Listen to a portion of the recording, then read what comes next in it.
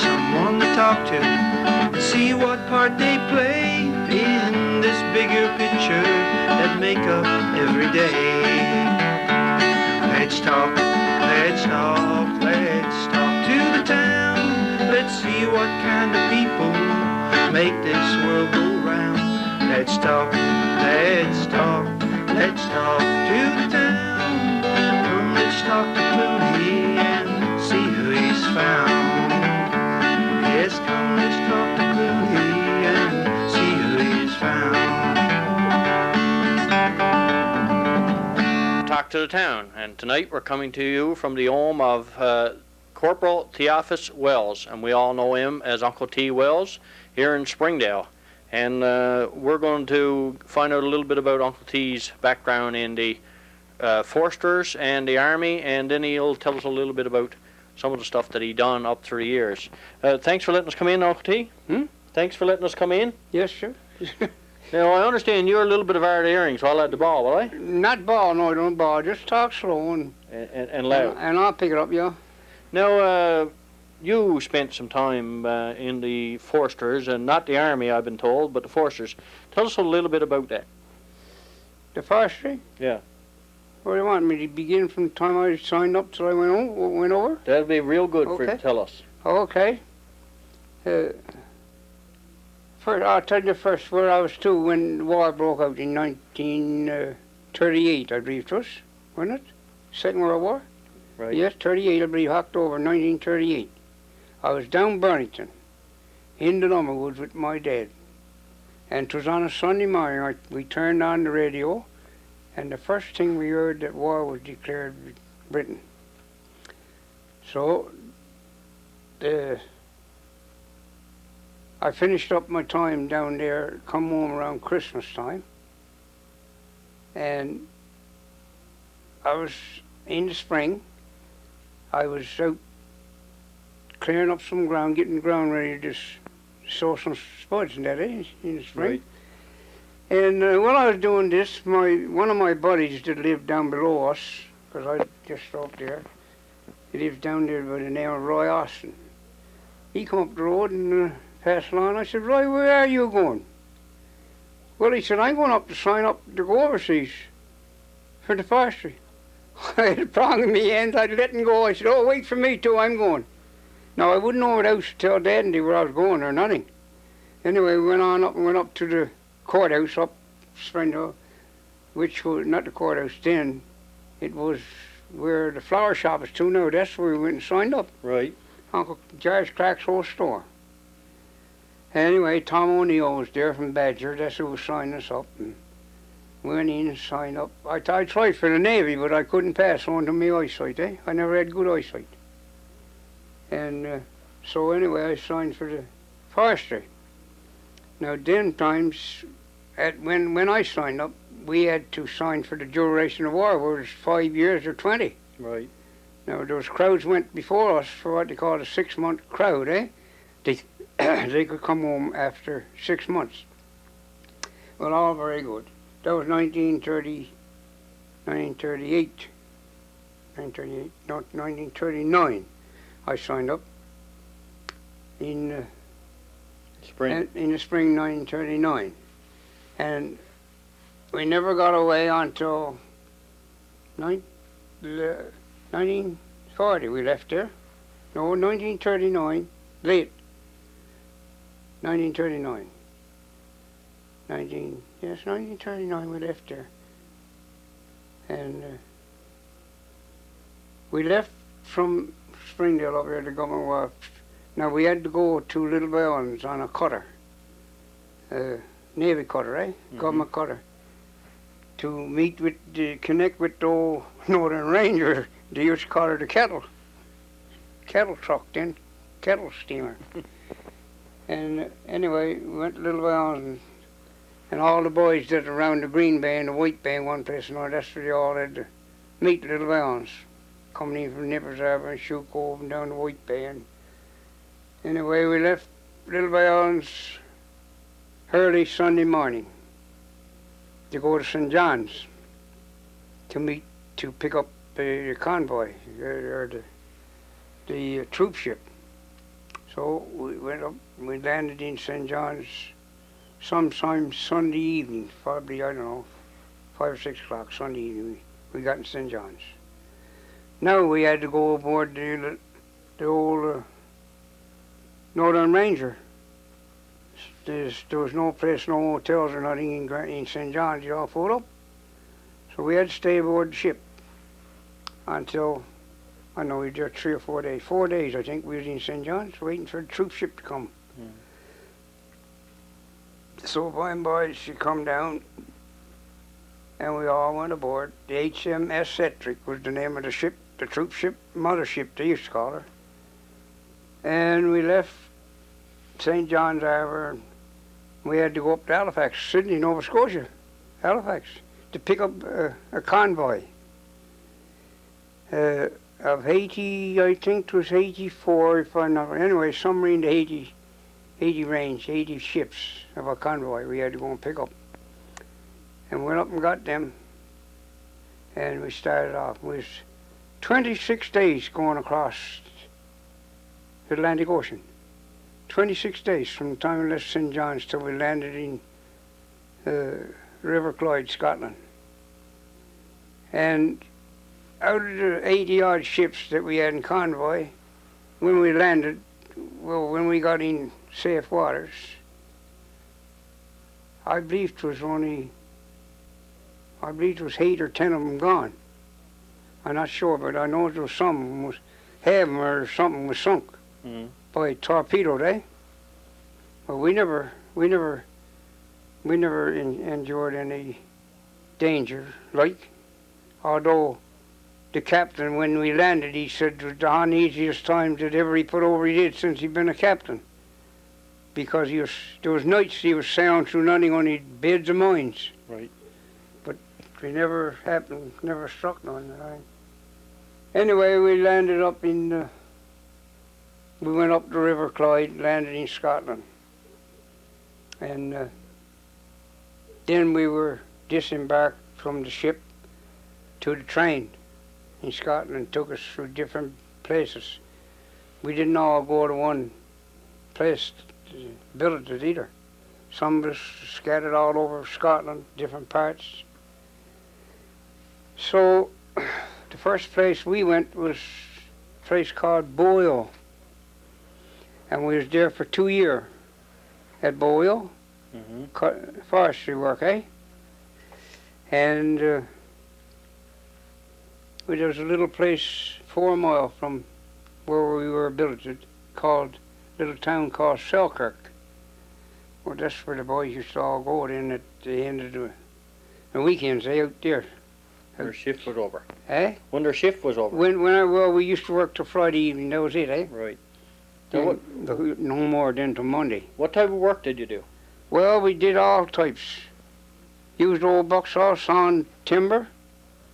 Used a tractor on to the stations, stacking it in cars, and well, loading it on cars, and the cars used to go wherever you wanted to. We cutting timber for the war mines, eh? Anywhere from a foot now to 20 feet we cut. Anyway, they used to load it, cut it, load it on tractors, haul it out of the woods, what we call out of the woods, load it then on to the station on flat cars or box cars, whatever it was. They used to take it on down to London, England, somewhere where they go to with it for the mines. So how old now were you when you joined up? I was 19. 19. And you had a lot of your buddies join up with you? Oh, well, there was most half of Springdale went with us then we were. Oh, there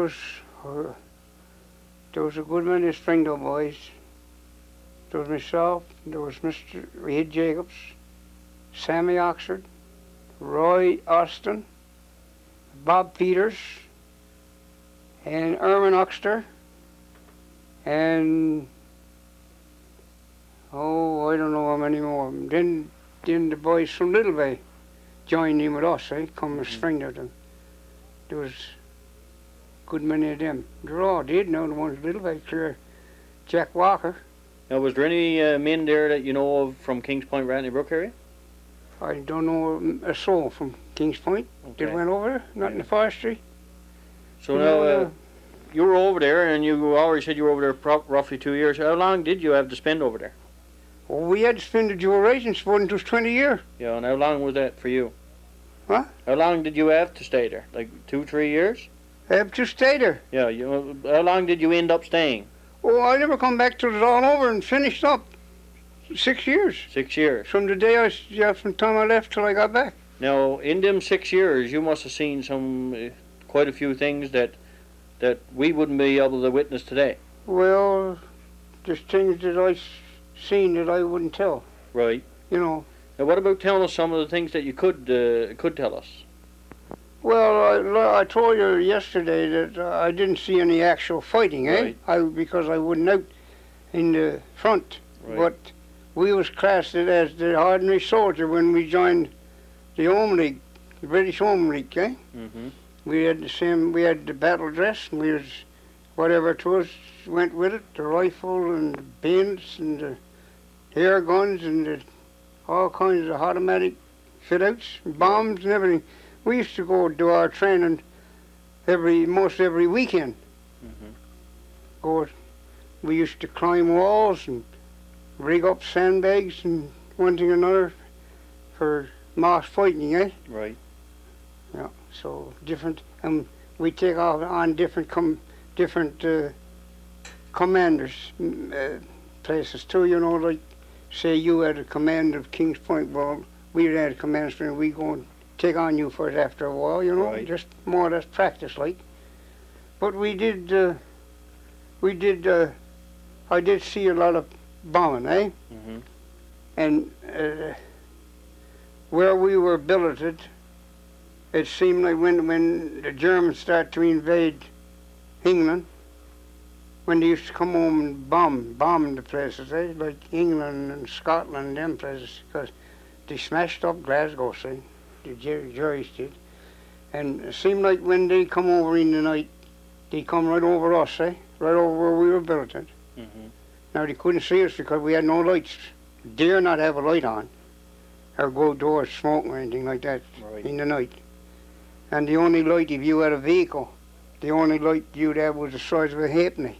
Mm-hmm. You know what a halfpenny is? No, you're going to tell us. Huh? No, I don't know what it is, but you're going to tell me now. Yes, halfpenny is a cent, Is it? half a penny. Half a penny. Yeah. That was British money, was it? You learn pounds, shillings, and pence, didn't you go to school? Well, a little bit, but not a yeah. lot. Oh, yeah. Well, a halfpenny. That's the size of a light we'd have on a car or a bike. Wasn't very much light. No, sir. You know what the size of a halfpenny, where you've seen the big cents years Yeah. ago. That's what it was. A cent, halfpenny. So now, you did some time check at checkpoints and stuff like that, though. Oh yes, we used to do what they call sentry work. Yeah. Same as the soldiers used to. Mm-hmm. Go out night time, spend probably all night or probably half a night from 6 to 12, or somebody else then come change over, take it over till daylight, Mm-hmm. And we used to check everything that passed by. Check their identity, their driver license and all this, just to see.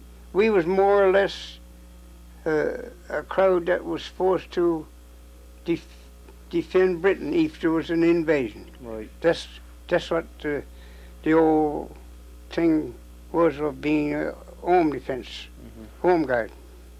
Now, I guess the pay for this stuff wasn't no great deal, was it? No, we just getting we wouldn't get no big pay. We was getting the pay from the Canadian government used to pay us, Right. And it was no big pay when we signed up. I tell you what they was getting in Newfoundland then, the highest paid was $2.50 a month. $2.50 a month. That's the highest wages there was in Newfoundland when we signed up. And there's more than that per an hour now. Yes, I'd like to be getting it. And then we had to sign up for that, and I had to go to work and sign me in for half of that to come home. Yeah. To go in the bank or go to my parents. $13, $26 a week or something I used to get. And 13 of that had to come home. What are you saying? Yeah. I sent it home to Dad. How did your mother and father feel when you decided to sign up and go off to... Well, I'll tell you now, I had no mother. I lost my mom when I was 7 years old. Mm-hmm. But now my sisters was there, eh? And, well, I tell you now, when I come back from the going up and signing up, they was having dinner, saying I was a bit late. Mm-hmm. And first thing my sister Belle said to me, she said, where you been to? I said, I was up the road. What first? I said, I was up to sign up and go overseas. What? She said, you never passed. Only thing you passed, she said, was the school or the post office or something. I said, yes, mate, I passed. No, I didn't pass.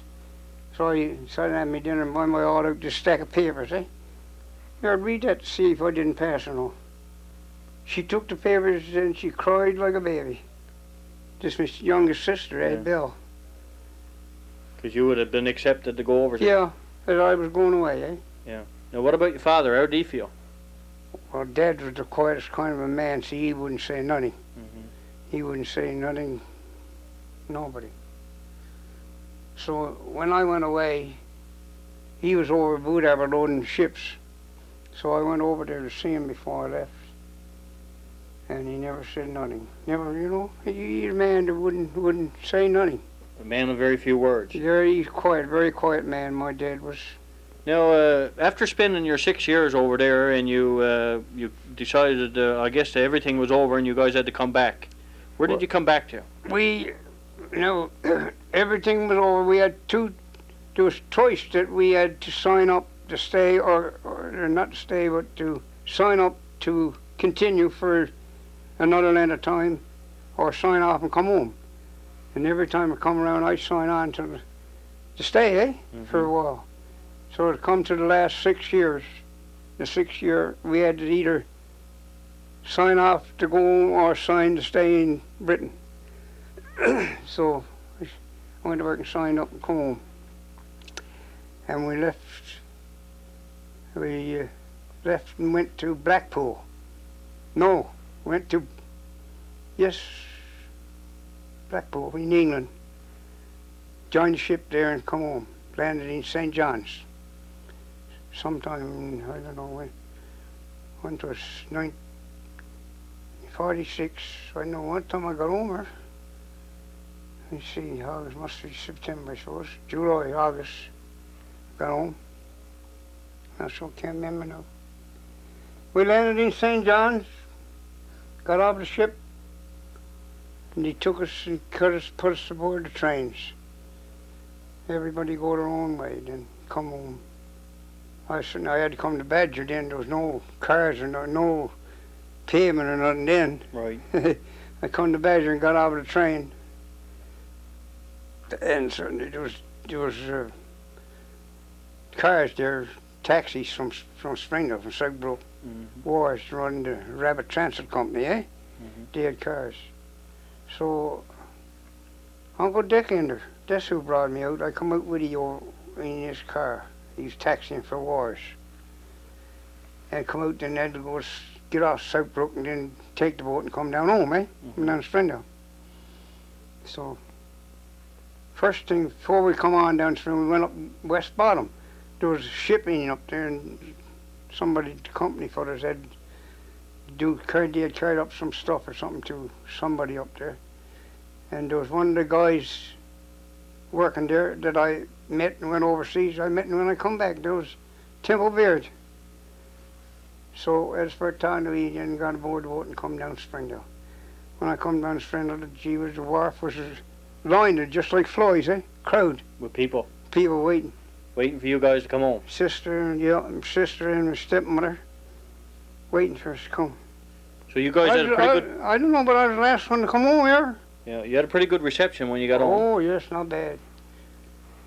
Did the car ready, taxi, take me home, down, come home. And met with open arms by everybody. Met by open arms. Mm. Now, I asked you yesterday when I was talking to you about your uniform, and you told me you don't have your uniform. Now, No, I won't. what was the story you told me about your uniform yesterday? Well, I told you I wore that out Wore it after out? I come home. Yes, wore it out in the woods, you said. Yeah, in the woods. Because when I come home, see, after I was home a while, I went back crazy to get back to work. Yeah. And I went wherever I got a job, out in the woods or fishing or whatnot. Mostly carpentry work after I come back home. Right. So you was a bit of a carpenter. Oh yes, I could put me hand to most anything. Right. And I've done a lot of carpentry work. Worked with Gordon Noble for years when they built up Gull Pond in there. Mm-hmm. Built all them duplex houses that they had in there, and the one thing and another. And then I was down Telco working in the mines down there, not underground, but I was working at where the mines was too. Right. Telco for 8 or 10 months, and wherever I get a job, I go. In the woods, mostly. Then in the summer, in the woods. Then in the winter, I went to work and bought a horse and going on the haul off it. Right. Now, for people who's watching this and don't know Uncle T. Wells, let's tell them that Uncle T. is a man now that have lost his sight. And did this happen when you were overseas, or is this through something else? No, just... Well, I was working with the town when I lost my sight, eh? I worked with the town there for 13 years, steady. Right. But now I was, put it all together, I dare say 20 or 25 years with Right. the town. Because, well, I used to work when poor George Uxter was the mayor, and Uncle Harvey Grant, and they work off and on then. For 13 years I worked steady with Neil Lawson. He was the manager then there, eh?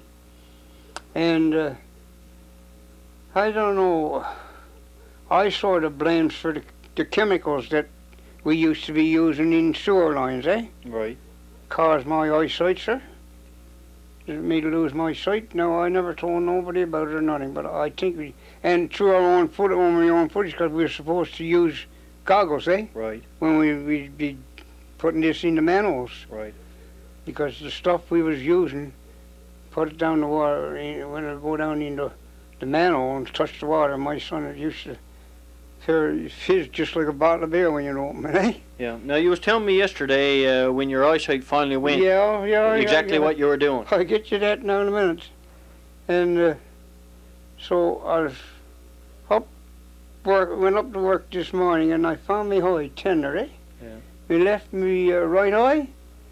So I said to my buddy, Gord Bartlett, I said, I must go to the clinic now, dinner hour when I get me dinner. Because I only had to go across there where the Bank of Montreal is to. Right. Go to the clinic. Go and see Dr. Legros.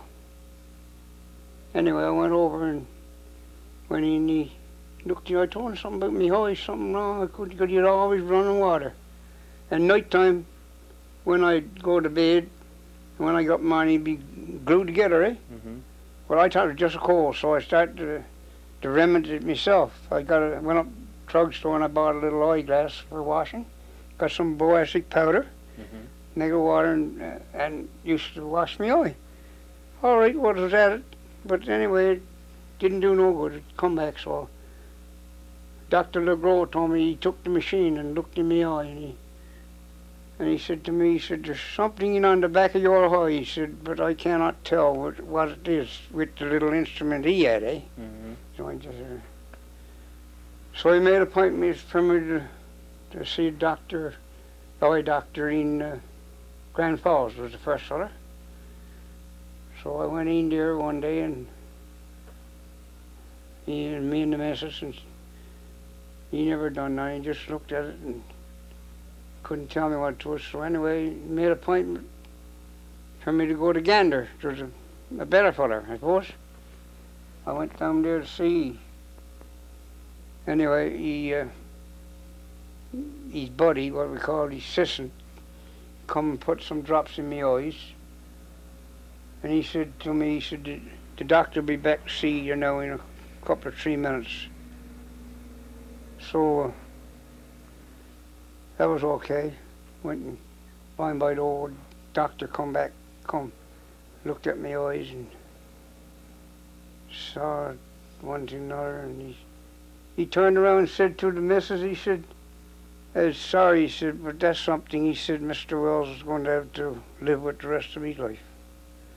I said, well, bless my soul, I must be going blind, is it? Was I going blind?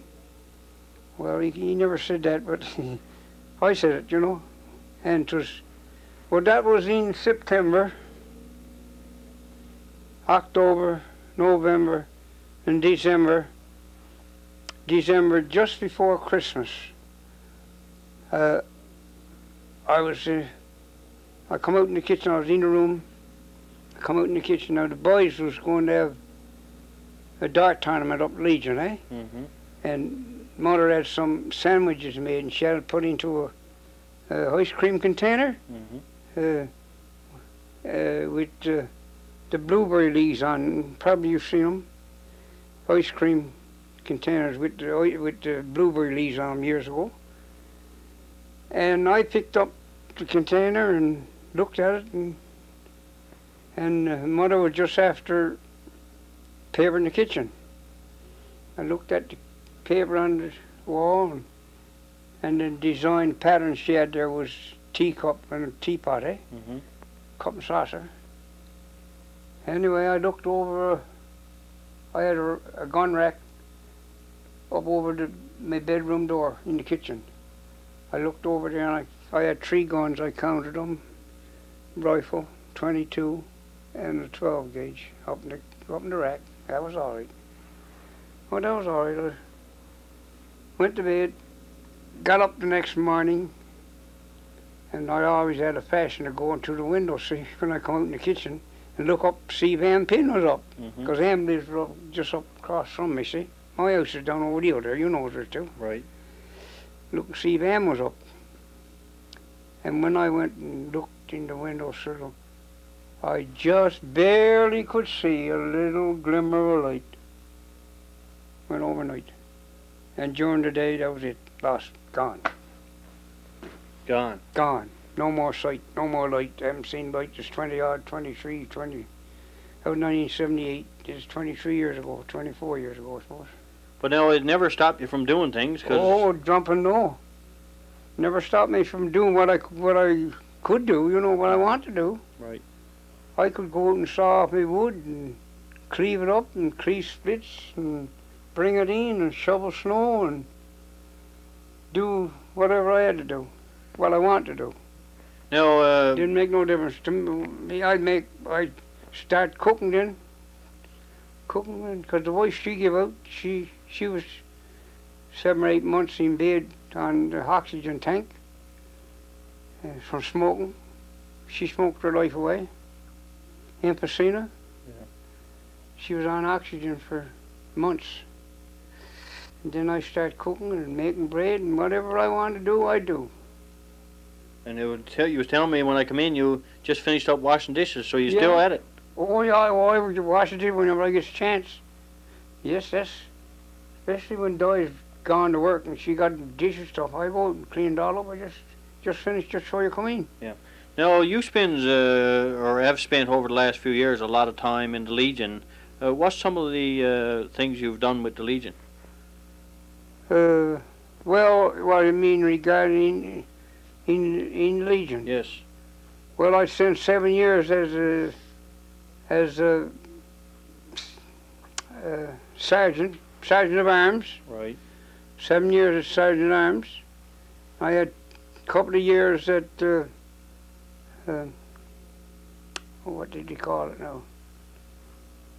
Something to do with the welfare crowd, eh? Which welfare, eh? Mm-hmm. That's looking after the sick and one thing and another, Mm-hmm. going visiting them and that, eh? And that's about all the offices I hold in the Legion. I've been a member of the Legion. I've been a member of the Legion for 35 years. Right. Mm. Now, you showed me a medal yesterday when I Yeah, was there. yeah. The new one for the Legion for 75 years. 75 years of the Legion anniversary. Now we'll get a look at that once, and we'll get a couple of shots of it so we can run the titles over it. Mm. Now, you got some pictures there of yourself too, do you not? You seen it? I didn't. Yeah. Well, Been on the room wall somewhere. we'll get a look at that too. Yeah. Now, thanks for letting us come in and have a chat with you, and you got a very interesting story to tell. What was I going to say? There's something didn't come to my mind there I was going to tell you, but gone. Yeah, well, since I've come back, since I've come back, I've been up to different schools and give a little lecture on my theory of war. Right. And I must say that the students was very attentive, listened very attentive. Right. And the teachers give me a warm welcome and all the best after it was over. And this and that, and one thing and another. It was great. Going around the youngsters, I call them. Like I say, they listen with very attentive what I was saying. And the last going off, I told them, I said, now if ever the time comes, you fellas had to, if there was ever another war, whichever I don't want to talk of, I said, don't wait to be conscript. Heck the man, heck the woman. Make sure you volunteer, because I've seen hundreds of conscripts. Right. There's a lot of Canadians, There was a lot of conscript Canadians. And I don't call that very nice when your father got to be took, Right. Conscript to go anywhere. I said, make sure you volunteers, and you'll be very proud of that, because you volunteered for what you did. So I said, I hope it'll never have to be. Now, Uncle T, the war veterans are getting very few these days. Yeah, they're and dying. how do you think we should continue to remember the war vets, especially for the younger generations? To remember the war vets? Right. Well, most everybody have got sympathy for the war veterans, haven't they? That served. I mean, that's the reason why that the people living today, was because of the war veterans that went overseas and gave up their life. Right. So that me and you could live where we're living now, Right. So I don't think there's anything that the young people could do any better than just to Remember. keep me in their mind.